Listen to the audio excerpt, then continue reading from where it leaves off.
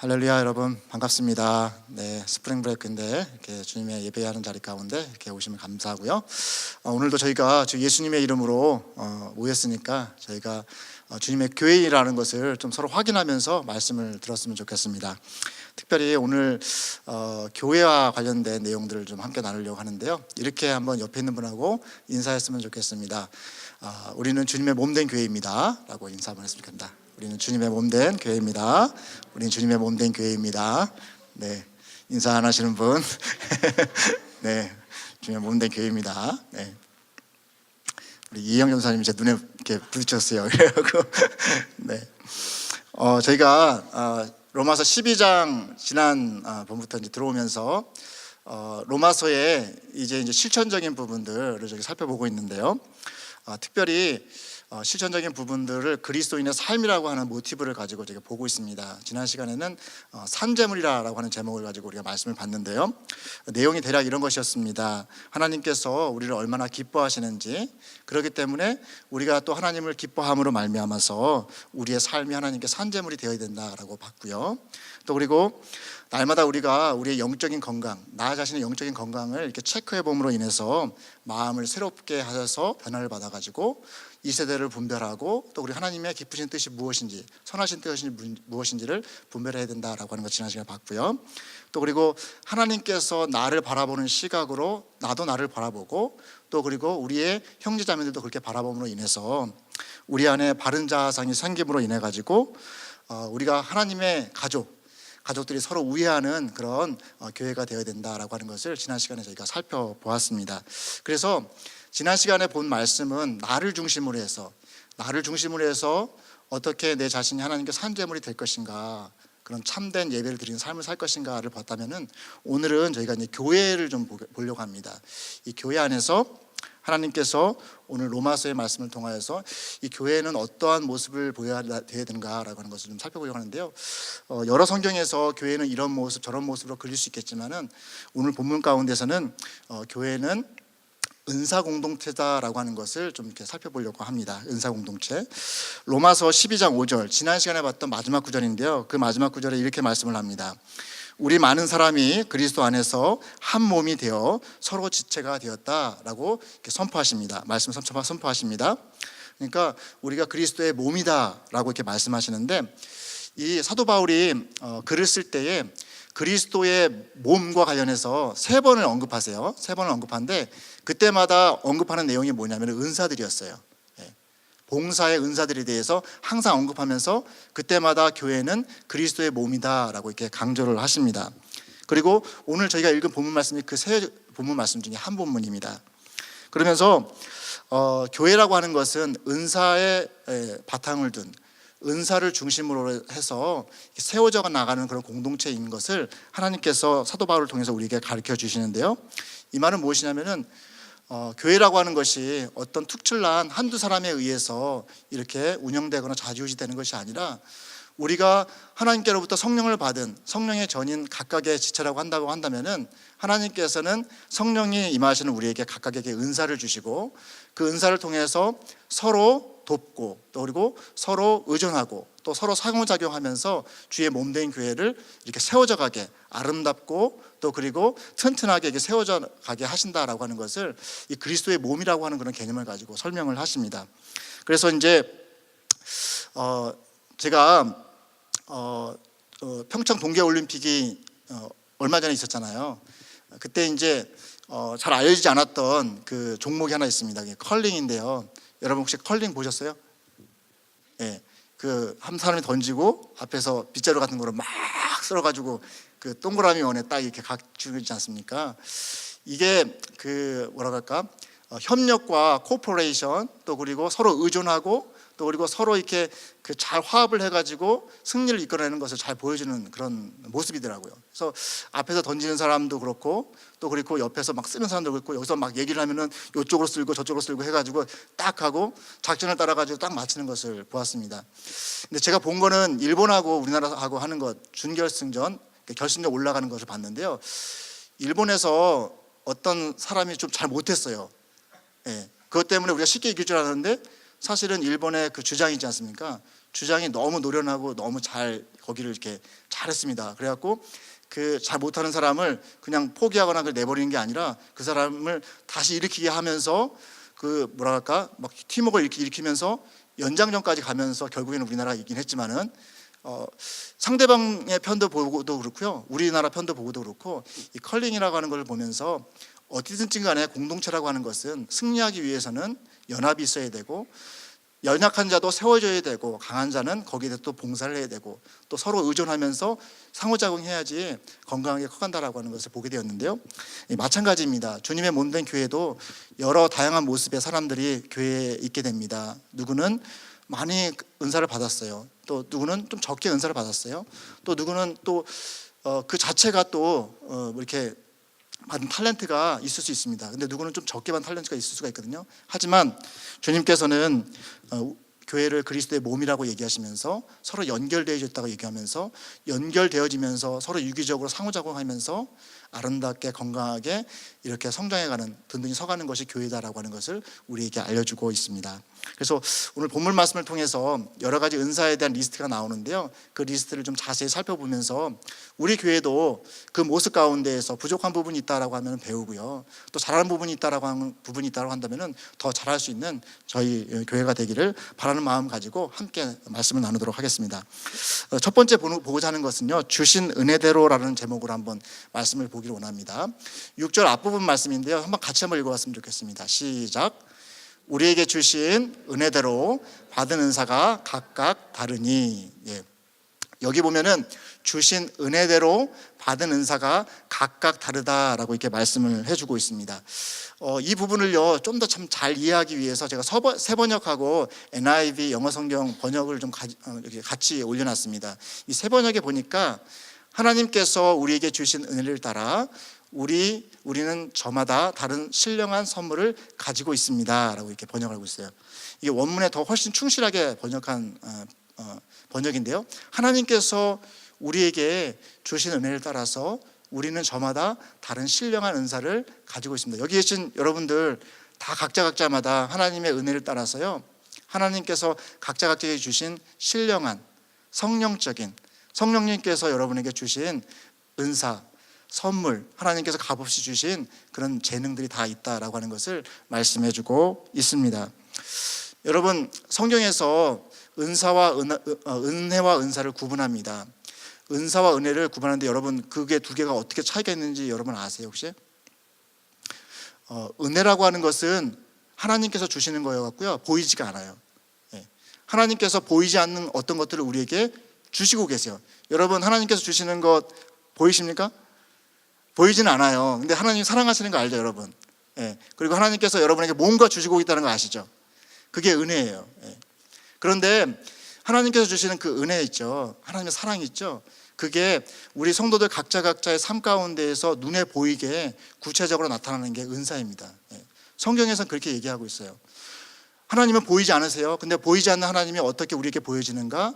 성도들 각자에게 나타나는 은사 있죠, 그걸 통해서 하나님의 은혜와 사랑이 우리 공동체 안에 부어지고 있구나, 하나님께서 우리 가운데 역사하고 있구나 라고 하는 것이 보여진다는 것입니다. 그렇기 때문에 어찌 보면은 은사가 풍성하다라고 하는 건 뭐냐면은 하나님께서 정말 풍성하게 우리 가운데 은혜를 부어주고 계시다라고 보아도 무방합니다. 근데 오늘 본문 말씀을 보게 되면 여러 가지 은사에 대해서 이야기하는데요, 7개의 은사를 이야기합니다. 7개의 은사를 얘기하면서 이 모두는 바로 하나님께서 우리에게 은혜를 부어주시는 증거다. 하나님께서 은혜를 부어주셨기 때문에 그런 것들이 나타난 것이다. 그렇기 때문에 그런 은사를 사용할 때는 어떻게 사용해야 된다라고 하는 것을 우리에게 알려주고 있습니다. 바라기는, 저는 이 말씀을 같이 이제 묵상하면서 여러분과 함께 나누면서 한 가지 소원이 있었어요. 그건 뭐냐면은 하나님께서 예전보다 우리에게 더 많은 은혜를 부어주셨으면 좋겠다. 하나님께서 더 많은 사랑을 우리에게 부어줬으면 좋겠다. 그래서 우리 교회 안에 하나님의 은사가 부족해가지고 이렇게 뭐 비어있는 곳이 없었으면 좋겠다, 다 채워졌으면 좋겠다 하는 그런 마음 있죠. 더 풍성히 채워졌으면 좋겠다 하는 마음을 가지고 이 말씀을 준비했습니다. 그러면서요, 제가 한번 제 신앙의 여정 있죠. 여정을 쭉 한번 생각해 봤습니다. 내 신앙의 여정 가운데에서 언제 하나님의 은혜가 가장 충만했나, 언제 많이 넘쳤는가를 생각해 봤더니 아무래도 그 청소년기 때 처음 예수님을 믿을 때 그때가 굉장히 좀 넘쳤던 것 같아요. 그때 어느 정도로 넘쳤냐면요, 제가 굉장히 내성적인 그런 사람이에요. 여러분 보시기엔 지금 제가 내성적인 것 같이 안 보이겠지만은 제가 굉장히 내성적이었습니다. 그래서 항상 혼자 있었고요. 친구도 별로 없었고, 그리고 이제 사람들하고 이렇게 교제하고 이렇게 얘기하는 게 굉장히 두려워하는, 또 그러면서도 어려워하는 그런 저였습니다. 근데 제가 예수님을 믿고 나서 희한하게 제 마음 가운데서요, 사람이 좋아지더라고요. 사람하고 같이 있는 게 굉장히 좋아졌어요. 그리고 사람하고 얘기하는 거, 특별히 또 교회 안에서 성도들하고 얘기하는 게 정말 좋았어요. 그리고 얼마나 좋았냐면은, 제가 요즘은 잘 못하는데 예전에는 누가 시험 본다, 또는 뭐 이제 입시해가지고 선배들이 입시해가지고 이제 시험 보러 간다 그러잖아요. 그러면 제가 전날이나 그 전날 전화해가지고 축복의 말씀 해주고 기도해주고 막 그랬어요. 다 일일이 이렇게. 그 정도로 제가 은혜가 충만했을 때 그런 모습이 나타나는데요. 우리 뒤에도 보겠지만은 뭐 여기 보면은 위로나 권면이나 다 은사잖아요. 하나님께서 막 은혜를 부어주시니까요, 그전에는 전혀 하지 못했던 것들, 내가 어떻게 그걸 할 수 있지? 라고 하는 것들이 막 그냥 안에서 막 나오면서 막 되더라고요, 이렇게. 그리고 제가 원래 이공계인데요, 수학과 과학을 굉장히 좋아하는 청소년이었습니다. 그런데 인문계는 꽝이었어요, 완전히. 영어, 뭐 국어 진짜 못하거든요. 근데 성경을 연구하고 성경 말씀을 깨달는 건 좀 인문적인 지식이 굉장히 중요한 역할을 해요. 근데 제가 신학교 가가지고 너무 이제 이공계 쪽이다 보니까 인문계 쪽에 너무 약해가지고요, 제가 어떻게 헬라어 히브리를 하겠어요. 맨날 그 F 맞을 때도 있었고요. 그리고 하면은 너무 안 돼가지고 막 좌절하기도 하고 막 그랬습니다. 근데 하나님께 막 구했습니다. 하나님, 제가 하나님의 말씀을 맡은 자로 이제 서려고 하는데 저한테 이런 부분에는 정말 은사가 없네요. 어떻게 하면 좋죠? 구했더니 하나님께서 저에게 은혜를 막 부어주셨어요. 막 부어주시면서 이 언어하는 게 굉장히 좋아지고 막 하고 싶은 마음이 생기고 막 그러면서 대학교 이제 후반기쯤에 대학교는 막 이렇게 저 안에 막 능력 같은 게 막 나타나더라고요. 그러면서 막 4가지 언어도 막 같이 공부하고 막 그랬어요, 그때는. 지금은 다 잊어버렸지만. 그러니까 하나님께서 그렇게 또 은혜를 막 부어주시면은 우리 안에 그런 능력도 나타나게 되고, 그걸 통해 가지고 또 교회를 세우는 일에 저희가 쓰여지기도 하는 것을 우리가 봅니다. 그래서 주신 은혜대로 주님께서 우리에게 은혜를 주시기를 원하죠. 은혜를 주시고자 하십니다. 지금도 여러분에게, 우리에게, 우리 교회에 정말 하나님께서 충만한 은혜를 우리에게 내리시기를 원하시는 그 모습, 여러분 보이십니까, 여러분? 정말 보이더라고요, 이게. 그리고 여러분한테 우리가 좀 봤으면 좋겠다, 좀 그걸 좀 사모했으면 좋겠다 하는 마음을 나누고 싶은 마음이 좀 많이 불켜졌습니다. 여러분, 은혜를 구하는 자에게 하나님께서 은혜를 주십니다. 부르짖는 자에게 하나님께서 응답하시지 은혜를 부리시는데요, 먼저는 은사가 중요한 게 아니라 하나님의 은혜가 더 중요하다는 것입니다. 하나님의 은혜가 우리에게 부어진 바 되면은 은사는 자동적으로 우리 가운데 나오고, 또 은사를 바르게 사용하는 것도 하나님의 은혜 가운데 다 되어지는 거거든요. 근데 은혜가 먼저가 아니고 은사 구하고 은사 뭐 이렇게 일하는 거, 아니면 능력 같은 거, 그런 걸 먼저 구하다 보면은 사실 잘못 사용될 때도 있고요, 그것으로 인해서 교회가 어려질 때도 있고, 그것으로 인해서 다른 사람이 넘어질 때도 있고 그렇습니다. 더 중요한 건 뭐냐면은, 은사라고 하는 것은 하나님께서 주신 은혜로 말미암아 생긴 것이기 때문에 하나님께 먼저 은혜를 구하라라고 하는 것, 하나님이 주셔야지 되어진다라고 하는 것, 그것을 먼저 깨달으시고 그 후에 또 은사를 여러분 많이 받으셔서 또 우리 섬기실 수 있는 저와 여러분이 되었으면 좋겠습니다. 두 번째로 보고자 하는 것은, 이어서 이제 받은 은사를 따라라는 제목으로 여러분과 또 같이 말씀을 나누기를 원하는데요, 6절 뒷부분에 보게 되면은 받은 은사가 각각 다르니라고 이렇게 말씀합니다. 받은 은사가 각각 다르다. 그러면서 그 각각 다른 은사에 대해서 쭉 설명을 합니다. 7가지로 설명하는데요, 먼저요, 일단 이 7개의 목록을 이렇게 쭉 얘기하시면서 쭉 보다 보시면 여러분도 감이 오실 거예요. 사도 바울께서 이 은사의 내용들을 쭉 열거하면서 강조하려고 하는 것이 무엇인지, 사실은 예언의 은사가 뭔지, 섬기는 은사가 뭔지, 구제하는 은사가 뭔지, 그게 뭔지 정의하기보다는요, 그 정의한 것보다 더 중요한 것을 우리에게 먼저 얘기해 주세요. 그건 뭐냐면은, 그리스도의 몸은 통일되어져 있다. 그리스도의 몸된 교회는 하나다라고 하는 것을 먼저 얘기합니다. 그리스도의 교회는 먼저 하나다라고 하는 것을 얘기하고요. 그 다음에 그 그리스도의 하나된 교회는 세워져야 된다라고 하는 것, 세워져야 된다라고 하는 것에 또 포커스를 맞추고 있습니다. 그런데 세워지는데 올바르게 또 그리고 튼튼하게 세워져야 된다라고 하는데 포커스가 맞춰져 있어요. 그리고 그것에 도움을 주는 것, 그것의 역할을 하는 것이 무엇이냐면 은사다라고 하는 것을 얘기하면서 그 대표적인 은사 7개를 설명해 주고 있습니다. 그래서 그 각각의 은사를 좀 간략하게 여러분하고 소개를 하고요. 이 은사에 대한 소개가 우리에게 의미하는 것, 우리는 그것을 어떻게 적용할 수 있을까, 그 부분을 좀 여러분과 함께 나누기를 원합니다. 첫 번째는 예언인데요. 자, 혹 예언이면 믿음의 분수대로 하라고 했습니다. 혹 예언이면 믿음의 분수대로 하라. 여러분, 예언하면 뭐가 생각이 나세요? 제가 성경 공부할 때마다도 많이 물어봐요. 예언하면 뭐가 생각나냐고. 예언하면 뭐가 생각나세요? 우리 예언 도사님 뭐가 생각나세요? 예언이 생각나세요?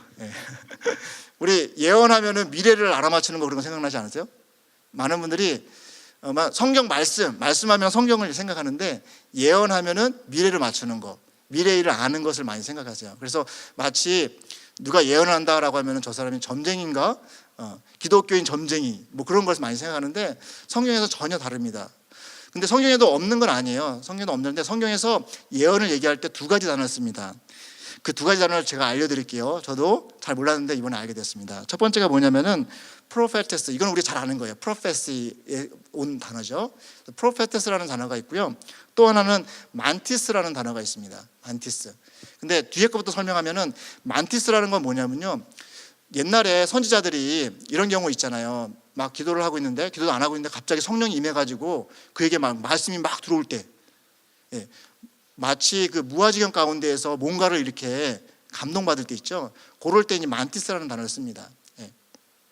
그런데 그와 좀 다르게 프로페테스라고 하는 건 뭐냐면요, 하나님께서 어떤 감동을 하셔가지고 어떤 선지자를 통해서 뭔가를 이렇게 말씀하셨잖아요. 그러면 그거를 다른 누구에게 전하는 것, 또는 그것을 다른 누구에게 대언하는 것, 또는 자기에게 어떤 그 하나님의 어떤 그런 음성이나 어떤 메시지가 임했잖아요. 그러면 그것을 다른 누구에게 들은 대로 전하는 것, 그것을 얘기할 때 프로페테스라고 얘기합니다. 그렇기 때문에 성경의 대부분의 그 예언은요, 이게 무아지경 가운데서 뭔가 하나님으로부터 감동받은 거 있죠. 그걸 얘기한다기보다는 후자죠. 그러니까 하나님께서 이미 하셨고 이미 전해준 그 말씀을 누군가에게 대언하는 것, 그대로 전하는 것을 이야기할 때 바로 예언이라는 말을 씁니다. 근데 이제 신약 시대에는 예언이 끊긴 상태는 아니잖아요. 그때도 신약 성경이 기록되고 있지 않았습니까? 그러지 않습니까? 그렇기 때문에 이 프로페테스와 만티스를 구분해서가 아니라, 그래서 그런지 모르겠지만은 좀 다른 단어를 쓰세요. 프로페튜에인이라는 단어를 쓰세요. 다른 단어를 쓰세요. 근데 아마 이 단어를 쓴 이유가 이 2가지가 같이 있기 때문인가 아닌가, 그런 생각을 해보았습니다. 뭐냐면은 사도들에게 하나님의 말씀이 임하잖아요. 신약 성경에 기록되어 있는 그런 말씀들이 임하잖아요. 그러면은 그 임한 말씀을 그들이 그냥 가만히 있었을까요? 전했을 거 아니에요. 그렇지 않습니까? 전하고 설교하고 편지를 써가지고 보냈을 거 아니에요. 그렇지 않습니까? 그러니까 이 프로페텐이라고 하는 이 말씀은, 이 예언이라고 하는 말씀은 신약 성경 때에는 하나님께서 감동하셔서 하나님께서 이 말씀을 교회에 전하라라고 해서 그 되어지는 활동들 있죠. 그런 것들이 바로 이 예언에 속하게 되는 것입니다. 그런데 중요한 것은 뭐냐면은, 그런 예언을 할 때에 무엇을 따라서 하라고 하냐면은 믿음의 분수대로라고 합니다. 믿음의 분수를 따라서 해야 된다라는 겁니다. 이 앞에 예언도 어려운데 이 믿음의 분수는 도대체 뭐냐라고 생각하실 것 같아요. 여러분, 또 믿음의 분수는 무슨 의미를 갖고 있을까요? 믿음의 분수대로 하라는 게 뭘까요? 그 숫자에 분수 해가지고 분수 나누듯이 이렇게 하라는 걸까요? 아니면 뭘까요? 이것도요, 제가 지금 언어적인 그런 뜻을 좀 이렇게 알아보면은 좀 이해가 잘 됩니다.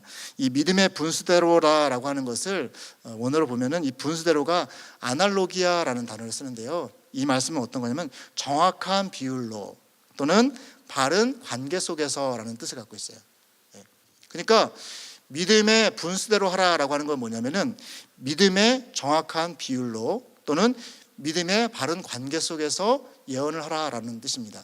제가 좀 설명을 드릴게요. 뭐냐면은 여러분, 우리는 믿음 하면은 많은 분들이 추상적으로 생각해요. 그래서 믿음이 좋다 또는 믿음이 많다라고 생각하기 때문에 무슨 양이라든가 어떤 그 뭐라 할까 추상적인 개념을 많이 생각하거든요. 근데 사실은 믿음은 그런 추상적인 개념이 아니라 관계적인 개념입니다. 하나님과 우리 사이의 관계를 이야기할 때 그것을 믿음이라고 하거든요. 예. 우리가 하나님을 알고 하나님께 나를 맡기고 하나님을 신뢰하면 그건 믿음이에요. 예. 그러거든요. 그렇기 때문에 예언을 할 때도 믿음의 분수대로 하라라고 하는 건 뭐냐면은 하나님의 관계 가운데에서 하나님께서 정확하게 나에게 주신 것, 나에게 정확하게 계시되어 해준 것 그대로 예언을 하라는 것입니다. 그리고 하나님과의 바른 관계 가운데에서, 올바른 관계 가운데에서 깨닫게 된 것, 알게 된 것, 또 받은 말씀을 말씀하라는 것입니다. 그게 이제 믿음의 분수대로 예언하는 말씀이 바로 그 말씀이 되겠습니다. 근데 사실 이 말씀은 지금 우리가 적용하기에는 조금 거리가 있습니다. 왜냐하면 이 말씀은 아직 계시가, 하나님께서 우리에게 주신 계시가 글로 다 정착이 안 되고 되어지고 있을 테니까. 근데 지금은 우리는 기록된 말씀이 다 있고 그 외에 다른 새로운 계시는 없다고 보거든요. 계시는 끊쳤다라고 우리는 믿기 때문에 이런 류의 예언은 지금은 없습니다. 그런데 이런 류의 예언이 없었다 하더라도 우리 가운데는 어떤 것이 있냐면은 하나님의 말씀을 대언하는 예언은 있어요. 우리에게 기록되어진 말씀을 설명하고 해설하고 잘 이해되게끔 다른 사람에게 이렇게 전하는 거, 또 그리고 그렇게 잘 이해할 수 있도록 설명하는 거, 그런 일들은 지금도 계속되어지고 있습니다. 또 그리고 각각 개인은 하나님과 말씀을 묵상하면서요, 그 관계 가운데서, 또 그리고 하나님과의 어떤 그런 교제 가운데에서 이 말씀이 다르게 느껴지는 분들이 계세요. 똑같은 말씀이라도요, 어떤 분은 정말 실감나게 다가오는 부분들이 있어요. 그리고 어떤 부분은 정말 체험되게, 느껴지게, 손으로 만져지게 주어지는 말씀들이 있습니다.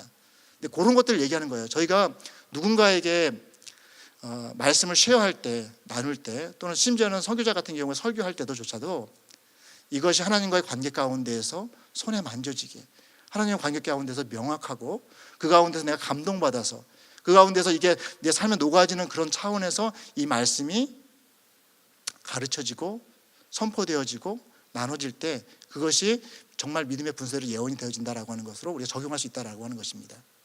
그렇기 때문에 설교자뿐만 아니라 우리 모두는 하나님의 말씀, 주신 예언의 말씀, 계시의 말씀을 믿음의 분수대로 하나님과의 올바른 관계 속에서, 또 그리고 올바르고 또 그래가지고 정확하게 우리는 다 그렇게 다른 사람을 위해서 그 말씀을 섬길 수가 있다라는 것입니다.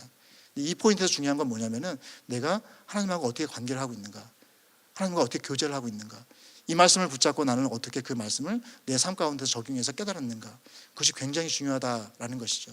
그래서 오늘 사도 바울께서 예언한 사람이라고 한다면은 공중에 허공을 치는 예언이 아니라, 공중에 허공을 치는 말씀이 아니라 정말로 정말 거기에 막 이렇게 몰입해서 실천하고 적용해 봐서 느껴지고 만져지고, 정말 육신이 마침 말씀 육신에 대해서 우리에게 오셔서 만짐받은 그 예수님을 만지듯이 보듯이 우리도 그렇게 경험해서 그 말씀을 전하게 될 때, 그 말씀을 나누게 될 때 그 말씀은 정말로 참된 예언이 되어진다라고 하는 것을 오늘 본문 말씀 우리에게 도전해주고 있습니다. 바라기는 이 말씀은 도전받고요, 여러분 각자 개인도 그렇지만 우리 교회 있죠. 우리 교회 안에서도 우리 각자가 경험에 의해서 각자 하나님으로부터 이렇게 교제하는 그 경험에서 나타나는 그런 말씀들이 많이 나누어지고, 그것으로 말미암아서 사람들이 하나님을 경험하고 정말 마치 눈앞에서 보듯이 경험하는 저와 여러분이 되시는 그런 교회가 될 수 있기를 또 그렇게 또 축복합니다.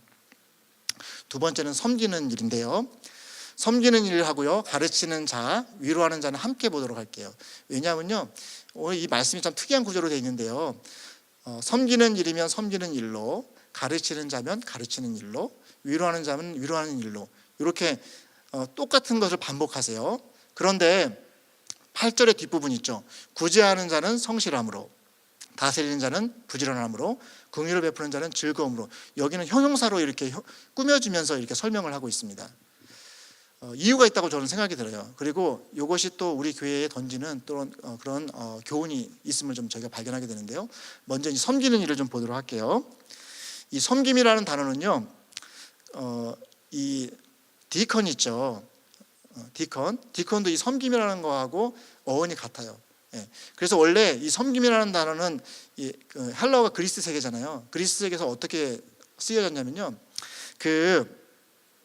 종이 주인의 식사 수중 드는 거 있죠. 음식을 갖다 주고 서브하고 했때 쓰던 단어가 이 섬김이에요. 그래서 대체적으로 그 당시 상황 가운데서는요, 이 섬김이라는 단어가 굉장히 부정적이었어요. 그래서 어쩔 때는 그 종들이 그 주인에게 막 아첨하려고 할 때 막 이렇게 하는 거 있죠. 그런 걸 섬김이라고 얘기도 하기도 했고요. 또 어떨 때는 굉장히 천한 것, 그러니까 주인의 입장에서 볼 때는 그 섬김이라는 게 굉장히 천한 것처럼 그렇게 뉘앙스를 갖는 단어가 바로 섬김이었어요. 근데 우리 예수님께서 이 섬김이라는 단어에 세례를 주시죠. 왜냐하면 우리 예수님께서 이 땅에 오신 목적이 우리를 위해서 섬기러 오셨다고 그러거든요. 우리의 구원을 위해서 섬기러 오셨다고 말씀하셨거든요. 그 이후로 신약 시대에 있는 교회 안에서는 이 섬김이라는 단어가 완전히 다른 의미를 갖게 됩니다. 여러분도 잘 아시다시피 우리 예수님께서 이 땅에 오신 목적이 우리를 섬기러, 우리를 위해서 목숨을 내어주시러, 목숨까지 아끼지 않고 섬기러 오셨다라고 얘기하시고요. 그 제자들에게 똑같이 내가 너희를 섬긴 것 같이 너희는 서로 섬겨라 라고 그렇게 명령을 하셨죠. 그래서 직분자에게도 요구되는 것이 이 섬김이에요. 예수님께서 섬기듯이 우리가 교회를 섬길 때 그렇게 섬기고, 또 그리고 섬김의 은사 가운데 드러나는 게 뭐냐면은 주님께서 우리를 섬기듯이 발을 씻기듯이 섬기는 그런 모습, 그런 정신이 바로 섬기는 일 가운데 나타나 있습니다. 그래서 완전히 의미가 달라졌다는 것을 좀 우리가 좀 생각할 필요가 있습니다. 그 다음에 여기서 또 한 가지 좀 저희가 좀 고려해 볼 게 뭐냐면은 그렇잖아요. 이런 거 있거든요. 섬김의 은사 가운데에서 섬기는 일이면 섬기는 일로, 가르치는 자면 가르치는 일로, 위로하는 자면 위로하는 일로, 각각에 맞게 그 일을 하라고 하시잖아요. 그러니까 이런 게 있는 것 같아요. 지금도 그렇지만 예전에도 그랬듯이 자기 은사를 받았어요. 은사를 받았는데 우리는 보통 내가 좋아하는 것만 은사라고 생각하는데요, 그렇지 않아요, 여러분. 성경에 보면은 하나님께서 강권적으로 주시는 은사가 있어요. 은사를 받으면은 은사 사용해야 돼요. 근데 제가 보니까 다른 사람의 은사를 보니까 그게 더 좋은 것 같아요. 여러분 앞에서 설교하시는 분 보면 설교하는 이거 은사 좋아하시죠? 이거 했으면 좋겠다 생각 안 드세요? 혹시? 아니세요? 거기 설교하시라는데 저 같은 경우에는 그런 경우 있더라고요. 이렇게 저에게 은사를 주셔가지고 뭔가를 하는데 다른 누군가가 하는 게 더 좋아가지고 내가 그거 좀 했으면 좋겠다 하는 그런 경우. 그래서 옛날에 그랬잖아요. 우리 장로교 같은 경우에는 우리 장로님들도 설교하게 달라고, 강단에 우리에게도 강단에서 설교할 수 있는 권한을 주십시오 라고 이렇게 한 적이 있어요. 한참 그것 때문에 시끄러운 적이 있었는데요. 그런 게 이 과거 초대교회에도 비슷한 게 있었던 것 같아요. 나에게 주신 은사가 있어요. 근데 은사를 하는데 다른 사람이 하는 은사가 더 좋아 보이는 거예요. 그래서 그것도 한번 하고 싶은 마음이 막 드는 거예요. 근데 하나님께서는 부담 주시기를 내가 받은 은사에 충실하기를 원하시는 거예요. 그럴 경우에 다른 사람을 도와줄 수도 있긴 하지만은, 또 그쪽에 은사를 달라고 할 수도 있긴 하지만은, 하나님께서 나에게 먼저 주신 은사 있죠. 더 강하게 주신 은사, 그 은사에 집중하는 것이 맞다라고 하는 것을 이야기해주고 있는 것입니다. 그래야지 은사가 많이 겹치지 않고 서로 다른 은사에 의해서 교회가 건강하게 튼튼하게 서간다라고 하는 것을 이야기해주고 있는 대목입니다. 그렇기 때문에 앞에 세 가지는 섬기는 일이면 섬기는 일로, 가르치는 일이면 가르치는 일로, 위로하는 일이면 위로하는 일로, 그렇게 이렇게 하신 얘기, 그 이유가 거기에 있다고 봅니다. 그 다음에요, 가르치는 자, 이것도 좀 저희가 볼게요. 위에 그냥 보시면 됩니다. 여러분 또 한번 보세요. 예언 있죠. 예언은 여러분 뭘로 합니까? 입으로 하죠. 그렇지 않습니까? 그 다음에 가르치는 것도 뭐로 하세요? 입으로 하죠. 위로하는 건 또 뭐로 하세요? 위로하는 건 물질로 할 수도 있지만 대체적으로 입으로 하죠, 여러분. 그렇지 않습니까? 그래서 앞에 예언으로부터 시작해가지고 섬기는 일도요, 어떻게 보면은 입으로 하는 거하고 좀 관련이 있는 것 같아요. 보니까 여기서 봤을 때는. 근데 앞에 이 그 세 가지 있죠. 섬기고 가르치고 위로하는 일은 말과 입으로 하는 것과 관련되어 있는 것 같아요. 근데 그게 또 어디하고 연결되냐면은 우리가 보통 생각할 때 목양이라고 하는 일도 있죠. 목양. 보통 우리가 누군가를 양육하고 그 다음에 누군가를 목양한다고 할 때는 뭐냐면요, 보통 하나님의 말씀을 가지고 양육하고, 또 그리고 하나님의 말씀을 가지고 가르치고, 하나님의 말씀을 가지고 위로해요. 다 입으로 하거든요. 근데 목양하고 많이 관련되어 있는 게 입으로 하는 것입니다. 우리 혀를 통해서, 혀를 가지고 봉사하는, 혀를 통해서 주어지는 은사를 통해서 하는 사역들이에요. 근데 앞쪽에 있는 부분들이 그런 부분을 시사하고 있습니다. 그런데 예언하고 가르치는 일은 똑같이 그런데 또 위로하는 일도 비슷한데 각각이 조금씩은 달라요. 예언하는 일은 직접적인 계시하고 관련이 되어져 있고요. 가르치는 것은 이미 계시된 것을 풀어 해석하는 거하고 그걸 또 이렇게 잘 이해되게 이렇게 가르치는 거하고 관련이 되어져 있습니다. 그리고 위로하는 거는 그 중에서도 특별히 마음이 낙심된 자, 마음이 연약해진 자, 신앙이 좀 이렇게 침체된 자, 그 사람들에게 필요한 말씀들을 가지고 와갖고 말로써 위로해가지고 세우는 그런 사역을 이야기해주고 있습니다. 예. 그래서 요 앞에 있는 이 말이 좀 겹쳐지는 부분들이 있어요. 예. 그렇지만은 어찌됐든지 간에 각각이 좀 이렇게 이렇게 영역이 있고요. 겹쳐지는 부분이 있는데 왜 하나님께서는 그런 겹쳐지는 부분을 인정하셨을까? 그냥 초밀초밀하게 다 이렇게 딱 떨어지게 하시면 좋을 텐데 그러지 않고 이렇게 겹쳐지게 은사를 이렇게 하셨을까라는 것을 좀 생각해 보았습니다. 근데 그도 그럴 것이 교회는 어떻게 딱 떨어지는 그런 조직이 아니거든요. 여러분 보세요. 손가락이 손에 붙어 있는데 이게 딱 떨어지게 붙어 있습니까? 그러지는 않잖아요. 팔도 몸에 붙어 있을 때 딱 떨어지게 붙어 있지는 않잖아요. 이제 몸이라고 하는 걸 봤을 때 연결되어지는 부분이 있거든요. 예. 그리고 어찌 보면 연결되어지는 부분이 더 중요할 때가 있어요. 예. 팔하고 몸하고 연결되어지는 부분이 더 중요할 때가 있어요. 이게 겹치는 부분들이죠. 예. 겹치는 부분들이 잘 안 되면은, 잘 연결이 안 되면은 교회가 따로따로 놉니다. 예. 그리고 기형적으로 될 수가 있는 부분들을 얘기해주고 있습니다. 그래서 이 은사들도 겹치지만은 조금씩 다르게 이렇게 주신 게 그런 이유가 아닐까라고 좀 생각을 해보게 되었습니다. 그래서 정리하면요, 앞에 섬기는 일, 가르치는 자, 위로하는 자와 관련해서 우리가 좀 적용해 볼 거, 각각 받은 은사에 대해서 귀히 여길 수 있으면 좋겠다 하는 것입니다. 여러분이 각자가 하나님께서 주신 은사에 대해서 귀중히 여겼으면 좋겠다 하는 겁니다. 하나님께서 나에게 특별히 주신 은사이기 때문에 귀하게 여기시고 그 은사를 잘 활용하는 우리가 되었으면 좋겠다. 내가 받은 은사를 귀하게 여기면은 다른 사람이 받은 은사를 귀하게 여기게 되어 있습니다. 그리고 경쟁하지 않고 또 서로 이렇게 잘 협력할 수가 있게 되어집니다. 그리고 그렇게 각자에게 각각의 은사를 주신 것은 어찌됐든지 간에 그 각각의 은사가 활용되어져서 주님의 몸된 교회가 하나 되게끔, 통일되게끔, 또 그리고 건강하고 바르게 이렇게 세워져게끔 주시기 위해서 주신 거라는 거. 나를 위해서 주신 게 아니라는 거예요. 교회를 위해서 주신 거다라고 하는 것입니다. 내가 가진 것은 나만을 위해서 쓰라고 주신 게 아니라 교회를 위해서 쓰라고 주신 것이다라고 하는 것, 그것을 인식하는 것이 정말 중요하겠습니다. 바라기는 이 부분들을 좀 우리 교회 안에 함께 적용해 갈 수 있는 저와 여러분이 되시기를 주님의 이름으로 축원합니다. 뒷부분을 또 좀 빠르게 좀 볼게요. 그 다음에 구제하는 자인데요, 구제하는 자는 성실함으로, 다스리는 자는 부지런함으로, 긍휼을 베푸는 자는 즐거움으로 할 것이다 라고 이렇게 말씀을 합니다. 여기 구제하는 자는 나누어주는 자를 얘기합니다. 나누어주는 자. 그러니까 이게 두 가지를 생각할 수가 있어요. 교회에 어떤 구제 헌금의 그런 소스가 있는데 그것을 나누어주는 일을 얘기할 수도 있고요. 또는 내가 개인적으로 넉넉해요. 그러니까 그 넉넉한 걸 가지고 나눠주는 걸 생각할 수 있습니다. 그런데 이 뒤에 나오는 구제하는 자, 다스리는 자, 긍휼을 베푸는 자 있죠. 이게 제가 보니까 교회 안에서는 어떤 행정적인 것이 필요한 그런 사역같이 보여지더라고요. 왜냐하면요, 우리 교회 구제부 있죠. 나눔부. 나눔부라고 이름 바뀌었는데 나눔부 있죠. 그렇지 않습니까? 다스리는 자는 그 교회에서 우리 장로님들을 좀 생각하시면 돼요. 지도하시는 분들, 리드하시는 분들을 얘기합니다. 그리고 긍휼을 베푸는 자 있죠. 이것도 옛날에는 사역의 중심이 구제와 고아와 과부를 돌보는 그런 사역들이죠. 그런 사역들이 많았기 때문에 구제하고 긍휼을 베푸는 것이 상당히 많았어요. 그래서 그 얘기를 하고 있습니다. 그러니까 교회의 어떤 사역적인 부분들 있죠. 어떤 한 영혼을 이렇게 말씀을 케어하는 게 아니라 교회에서 하고 있는 미니스트리, 사역, 그리고 그것을 이렇게 앞에서 통괄하고 또 다스리고 오르거나이즈고 하는 그런 부분들을 뒷부분에서 얘기해 주고 있습니다. 그런데 그런 사람들이 할 때에 어떠한 자세를 가지고 해야 되냐면은 성실함으로, 부지런함으로, 즐거움으로 해야 된다라고 얘기했어요. 이게 성실함이 구제하는 자에게만 적용되는 게 아니고요. 성실함이 구제, 다스림, 긍휼도 다 속하는 거예요.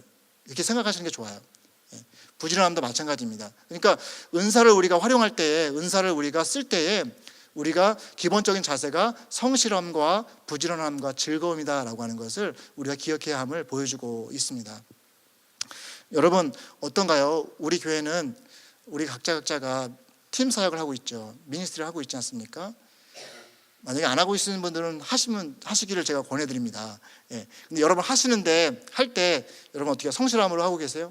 한번 점검해 보세요. 가슴에 한번 손을 얹고 나는 하나님께서 주신 은사를 따라서 교회 안에서 사역을 하는데 그 사역할 때 나는 성실함으로 하고 있는가? 그리고 나는 부지런함으로 하고 있는가? 이거는 우리 항상 잘 되는 것 같아요. 대체적으로 성실하고 부지런함으로 잘 하시는 것 같아요. 근데 이 즐거움은 조금 좀 아킬레스건인 것 같아요. 예. 근데 우리 교회는 많이 강조하죠. 할 때 자원함으로 하고 기쁜 마음으로 하라고 많이 강조하는데 이 하나님의 미니스트리 사역을 할 때 이 즐거움으로 하는 것이 정말 중요합니다. 예.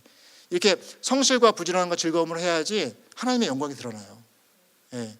그 안에서 하나님의 은혜가 우리 가운데 부어지고 있구나라고 하는 게 드러난다라는 것입니다. 여러분 바라기는 여러분들이 교회에서 은사를 따라서 사역하실 때 성실하게 하실 수 있는, 그리고 부지런하게 하실 수 있는, 그리고 무엇보다도 기쁨 가운데 하실 수 있는 저와 여러분이 되시기를 주님의 이름으로 축원합니다. 이제 말씀을 맺겠습니다. 에베소서 4장 11절부터 12절 말씀을 보면요, 이 구절 한번 같이 한번 읽어볼게요. 시작. 그가 어떤 사람은 사도로, 어떤 사람은 선지자로, 어떤 사람은 복음 전하는 자로, 어떤 사람은 목사와 교사로 삼으셨으니 이는 성도를 온전케 하여 봉사의 일을 하게 하며 그리스도의 몸을 세우려 하심이라. 예.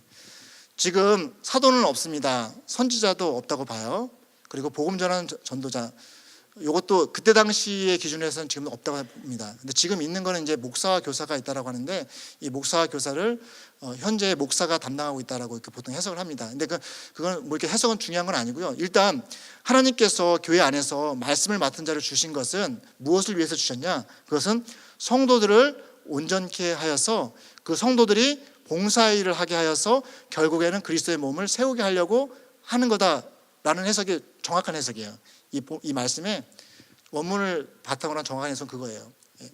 말씀 전하는 자가, 저 같은 말씀 전하는 자가 성도들을 온전케 합니다. 그러니까 은혜 충만하게 하는 거예요. 예. 은혜가 충만할 수 있도록 도와주는 겁니다. 예. 그래서 은사를 받죠. 그럼 은사를 받은 대로 봉사일을 하는 거예요. 그래서 봉사를 하게 되면 어떻게 됩니까? 결국 그리스도의 몸이 세워진다라는 겁니다. 이게 잘 되어지면은 건강한 교회고, 이게 어려우면은 좀 이렇게 힘든 교회인 거죠. 그런 마음이 들었어요.